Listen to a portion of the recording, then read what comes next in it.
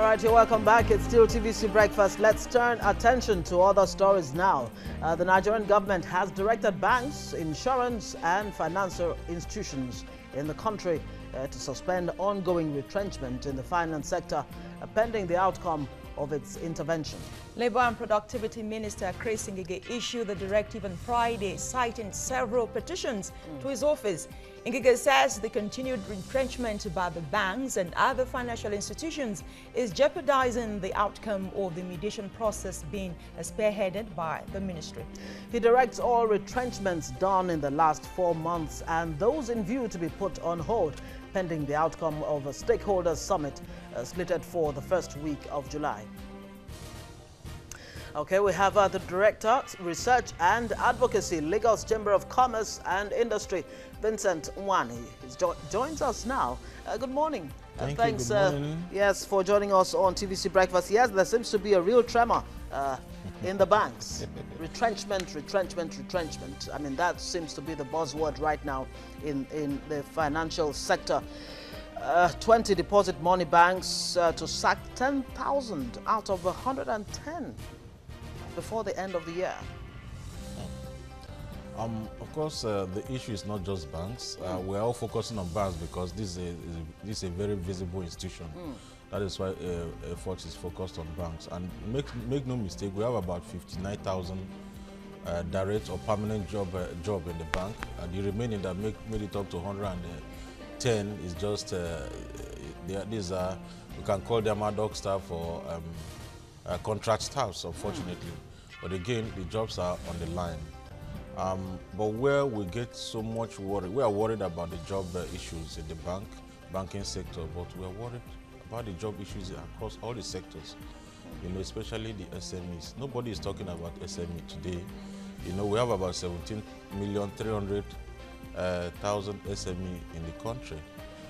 Assuming each of these SME offload just one labor or one job, you have about 17 million people losing their job with it. So we are worried about the banks, about the insurance and about all of the sector, but mostly the SME, because these banks have a more muscle to withstand the shock and everything, but SME doesn't have because of the difficult macroeconomic environment, institutional environment and challenging infrastructure that we've seen over years, but now becoming even more severe. Okay, let's just toe the line of the SMEs and all that. You're aware that the output, industrial output contraction has been on for some time now. So perhaps this is also related to why banks can't sustain their overheads. The no access for credit for the SMEs. Of course, that will affect their own charges on the SMEs when you can't approach the bank to borrow money, let alone giving them interest in what you've borrowed. So it's like a ripple effect, really. Exactly. What we're seeing in the banks and other sectors is a reflection of the reality on the ground. The Nigerian Bureau of Statistics, their job numbers was very clear. We've seen unemployment rate move between the last 1 year from 24.9% to 29.7%. Worrisome more is is youth unemployment, about 42%. That is a crisis threshold. So banks just have a share. And remember that we are now talking about moving into recession in the next quarter of, if God forbid, we have a negative growth again. But there are some sectors that have been in recession for long. By this time last year, manufacturing and industrial sector in Nigeria have already moved into recession, and they've been in recession, and the depth of this recession is increasing. Second quarter last year, the manufacturing sector in Nigeria recorded minus 1.6% growth. Right now, we're talking about minus 5.3% growth in manufacturing sector. So some of these sectors have a fair share of this problem, and these are bank borrowers. So they borrow money from the banks, they are not able to pay back. Some of them have even surrendered the subject of the object of the loan to banks and say, I cannot continue to sustain, bank, come and take over this business. And banks doesn't have the capacity and what is it called, what it takes to run that business to get out this money. And some of this money are some costs that they are not even recoverable. But what is responsible really for this massive exposure of the banks? To liabilities. Yes. Yeah, we've seen Yeah, we know that oil price has gone down and all of that, but I mean, the banks seem to be, at the receiving end. Exactly. See, we've seen non-performing loan of the bank move by almost 28% between last year and now. And the major factor, because we are on ground, the major factor I can tell you with all sense of humor is exchange rate crisis. Most operators are not able to source raw materials, whether locally or from the abroad, because of difficulty in getting this exchange forex, getting foreign currency to either import their raw materials. Some that can import are not even able to remit back proceeds to their counterparts or partners abroad since last year, July 3. And of course we foretold what is happening now, even in our report last year, to say that if nothing tangible is done to revive the exchange rate challenge in the country, that this is where we will be. And that is where we are now. So the major factor is exchange rate crisis that have now spilled over to a whole lot of things. Perhaps has affected the value of the naira, and those who have some of their loans, who have this exposure in foreign currencies, will also affect at the threshold of what they get back, isn't it? Yeah, that is correct. You see, right now the banks alone have about $5.2 billion, of their counterpart funds that they are not able to remit abroad, because there is no effects to power this transaction. They've already the window, of course, they've already utilized the proceeds either by lending to their customers or whatever. The money is, they have the money in local currency, but no effects to be able to pay back the foreign counterparts. And the meaning to that is that the credit line is blocked. They have PHB, Paribas, JP Morgan, and all of these global banks, the city banks of this world. So the banks are constrained, and they are being hit by from so many angles. Now, when you say the banks are constrained, sorry to cut you there. I mean, I've spoken with a financial expert like yourself, Henry Boyo, and he said there's too much naira already. Godwin Emefiele did say that much. There's too much naira, just lying fallow in the banks. It just means that they're not helping the real sector, and that might be a possibility why you have this situation with the banks now. That's what we're saying. The banks doesn't have liquidity challenge, but they are constrained. I'm not speaking on behalf of the banks, but then banks have as a strong mirror to what is happening in other sectors. You look at it, even businesses are finding it so difficult to approach the banks for loan. Now, of course, there is interest rate challenge.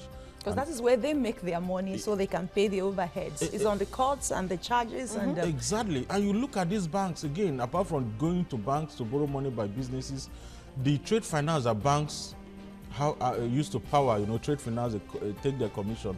It's not coming again. So banks are constrained by the fact that income through lending, their core mandate, has fallen almost to unprecedented level, low level. We also look at non-interest income of banks, fees and fine and all of those charges coming in from trade finance is also very, very, very low. Okay, just hold on there. Let's give you some background to the topic we're discussing, the harsh reality of job losses being witnessed in the country due to the current economic hardship has caught up with the Nigerian banks, like we just established for you. Now, just last week, EcoBank fired 1,040 workers, while Diamond Bank sacked more than 200 workers on May the 27th. First Bank Monument Bank also sacked 150 of its staff in February. An anonymous official of the bank attributed the development to a downturn of the economy. The parent company of First Bank, FBN Holdings, has also revealed plans to cut down its workforce by 1,000 staff. Don't forget that most of this bank, due to the oil prices and the slide in oil prices, some of them had loans to the energy firms, oil and gas firms, and the threshold of those loans were pegged at $45 per barrel.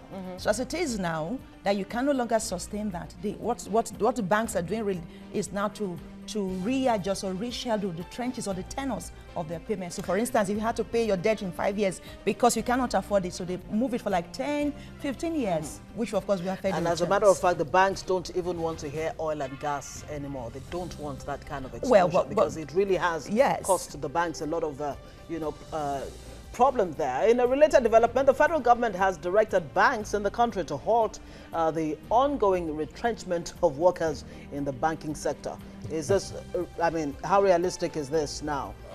Can the banks really, can government stop banks from, helping themselves? And as far as they're concerned, the way out is to,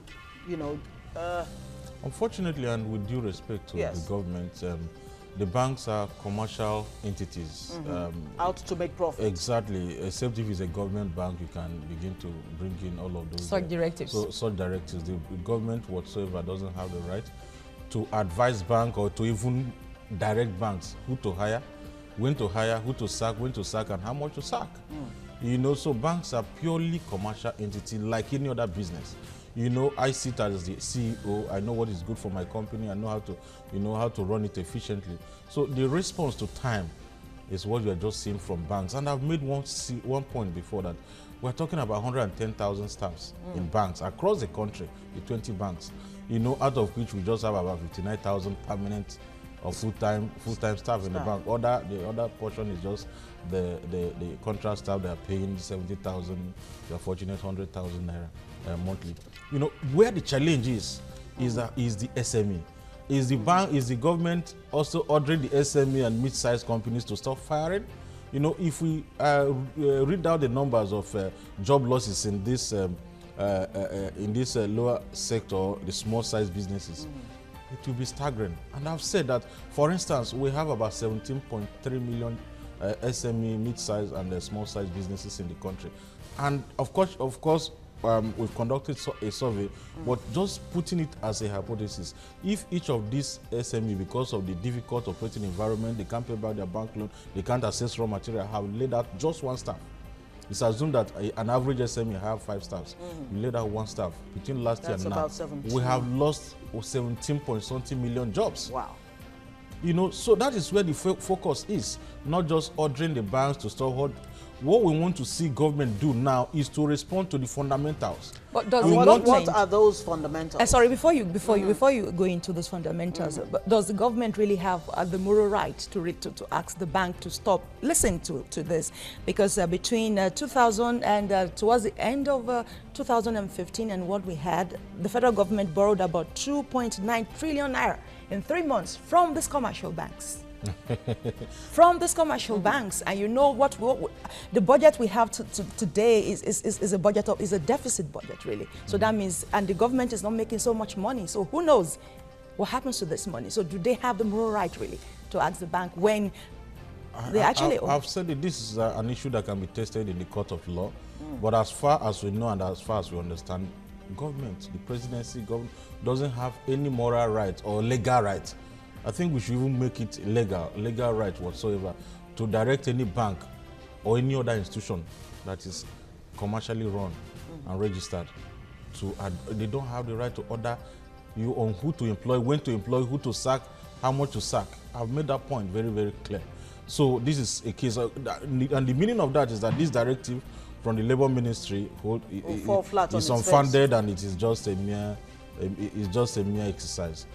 Like I said before, what the government should concentrate their effort through all of the MDAs, ministries, parastatals, and agencies, is to respond to the fundamentals. This spate of job losses, we did see that 3 years ago, we did see that 5 years ago. We need to bring back our economy to make it robust. We need to attract foreign direct investment. We need to solve some fundamental issues. I've made it very clear that apart from the institutional infrastructure environment, what has added to this challenging business environment over the last 1 year is the foreign exchange crisis. Good enough, I think last week or about 2 weeks ago, Central Bank finally came to where we are to announce the flexible exchange rate regime. You took it right out of my mouth. To what extent, how flexible, really? Yeah, the CBN policies, the monetary policies, affected what is happening to deposit money banks now. I mean, the CBN comes up with one policy and then, upturns it and all of that. Could that be a possible, factor in this whole scenario? Yeah, The Lagos Chamber of Commerce have been in the forefront since last year, challenging or advising on the way the Central Bank of Nigeria was managing the exchange rate crisis. We appreciate the fact that government revenue are falling, oil price issue, quantity, but the way the try and error method, as the spirit-led framework adopted, we are not comfortable with that, and we've given all of the advice. Where they just arrived at last week or 2 weeks ago, the last monetary policy of flexible exchange rate was where we were since July last year. You see the damage we've seen. And unfortunately, up until now, you know that the policy have been announced. Yes. We will do it. The framework, the market is still looking for the framework. It would have been good you keep quiet. The day you announce, you just roll out how this. So the lag time or policy lag time, the uncertainty, the delay, it's also challenging to investors. It's also affecting the stock market everywhere. As it is. The banks have declared their profit warning a couple of days back, and what we now have is the index has fallen from like 10% to about 7.6% of the banks. So really, it goes beyond just the physical cash affecting even the stock market. Yes. So it's not just one shoe fits all challenge or solution, but at least the quick win. The banks we are concentrating on today, what happens to the bank is happening to every other sector. We've seen situations where the banks are the ones providing security for themselves. Some even tar the road.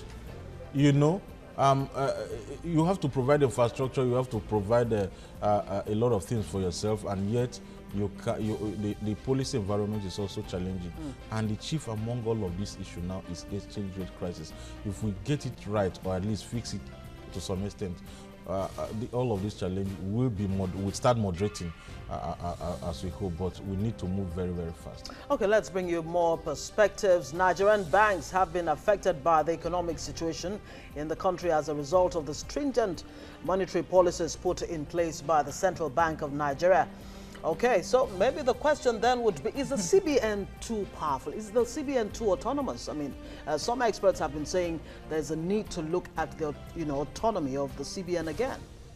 Well, everywhere in the world, the CBN is autonomous. So what we have here is not different from what we have in every. In fact, we're even looking for more autonomy for the CBN to make sure that what we saw about last year. We want even a firm autonomy for the CBN to reflect international best practices. And that is why institutions like Lagos Chamber of Commerce and other business management organizations is very, very important. Because, for instance, you see the cash reserve ratio of banks about 20-something%, which means if the bank's total deposit is 10 naira, they can only lend about 7 naira 50 kobo out of it. The remaining 2 naira 50 kobo is, maybe they'll be side with CBN, idle, and all of, so making it difficult for them to even support businesses and to even earn interest from that amount of money. So the banks are being hit left and right, and we're saying that what is happening to the banks is just a child's play compared to what is happening to other sectors that are in the real economy. And of course, that is where job is created. Yeah, CBN's policies are not just done in isolation, really. Because that's what Obi Ezekwesili said, is control and command the kind of policies, what she calls opaque and archaic, not just coming from the CBN, is it? Yeah, the other issue is the central bank also, when they are coming out with their policies, try to also merge it with other institutions, especially the physical policy institutions such as Ministry of Finance, even Custom. We've seen situations last year where the Custom said that the CBN policy is affecting their income receipt from import duty and all the tax and imported goods and everything. You see the income falling by as much as 25% last year. So the internal workings of the ministries and departments between the CBN and other institutions is also very, very important. We want to see policy linkages, we want to see coherence, we want to see, Congress, we want to see more synergy between the monetary authorities and the fiscal authorities. Because the goal is to make the Nigerian economy robust, create jobs, and ensure that GDP grow. And continue to sustain Nigerian economy as the largest economy that we want to be one of the 20 largest economy in a few years' time. Okay, very quickly. Also, President Muhammadu Buhari's order for the implementation of the Treasury Single Account, the TSA, with the Central Bank of Nigeria, CBN, directive on zero commission on turnover, that's the COT, have also been fingered as a likely cause of these layoffs. Around 100 billion naira has been lost in revenue following the directive by the CBN for the phasing out of COT and the implementation of the TSA. Following the outcome of the Central Bank's Monetary Policy Committee meeting, where it was voted that the country will be adopting a flexible exchange rate regime and allow the naira float freely, several investors have sold their stocks in the financial services due to uncertainties and what policies the CBN will put up next. And now the all-share index was dragged down by Zenith Bank and Guarantee Trust Bank, which fell 9.68% each. Diamond Bank dropped by 9.38% and First City Group fell 9.36%. Now, other banks whose share indices declined include Access Bank, down 8.47%, Fidelity Bank 6.77%, FBN, that's the First Bank of Nigeria Holdings, down 5.06%, and EcoBank Transnational by 4.72%. Now we hear that yes, by the end of this year, with the COT, CRR, that's the cash reserve ratio and all of that, banks may be losing about 300 billion naira. That's scary, but again, it looks like all of the problems are crystallizing at the same time. You know, the TSA was introduced around September last year, became operational around October. From the last statistics, we had that over 2 trillion naira have been mopped up from the bank and all of those. Of course, the public sector finances was, can I say, not really a free money, but an easier money that banks rely on to do their business, do their trade finance and all of those before. Of course, this money, so you find out that the income or the activities they're able to power through this fairly more stable money is no longer happening. We see, I've mentioned about issues about the CRR before, where even the private customer deposits, the private sector deposits in the bank, they don't have opportunity to utilize virtually everything they have. With you now, it's time to take a look at the stories making headlines with